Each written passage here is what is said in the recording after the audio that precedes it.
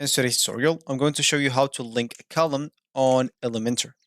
So the first thing that you would like to do, of course, is just go and open whatever browser you're going to use to follow this tutorial steps with. Here in my case, I'm actually using Brave, but of course in your case, you can use any other browser could be possibly working for you. As an example, you can use Google Chrome, Opera, Brave like me, Word, I was going to say WordPress, not WordPress, Firefox maybe, even Internet Explorer if it's working for you. And once you go and open that browser, make sure to go to this URL section and simply type elementor.com and hit the enter button. And that should take you directly to the homepage or the main screen of the Elementor website.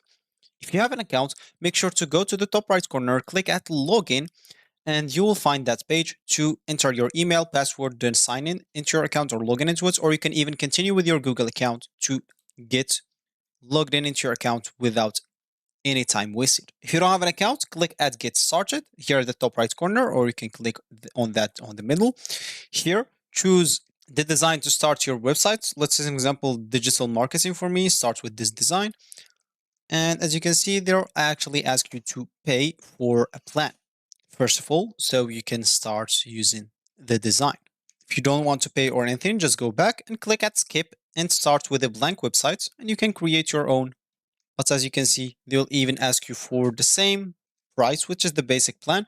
Of course, you can click on this, or if you already have a hosting, click at see our plugin only plans. As you can see, there have the essential plan, expert plan, and the agency plan. Each comes with its own features and price.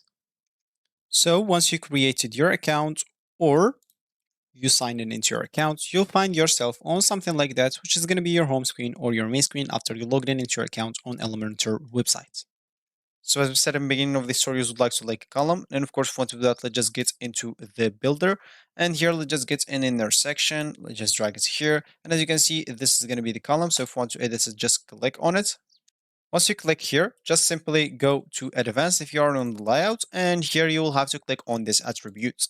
As you can see, for me, I'll have to get the Pro Elementor. If you don't have that, make sure to go and subscribe to one of their plans, because all of them comes with the Elementor Pro website builder, and that contains this attribute option where you can actually add a link to the column that you want. So that's actually for this tutorial. I hope you like it.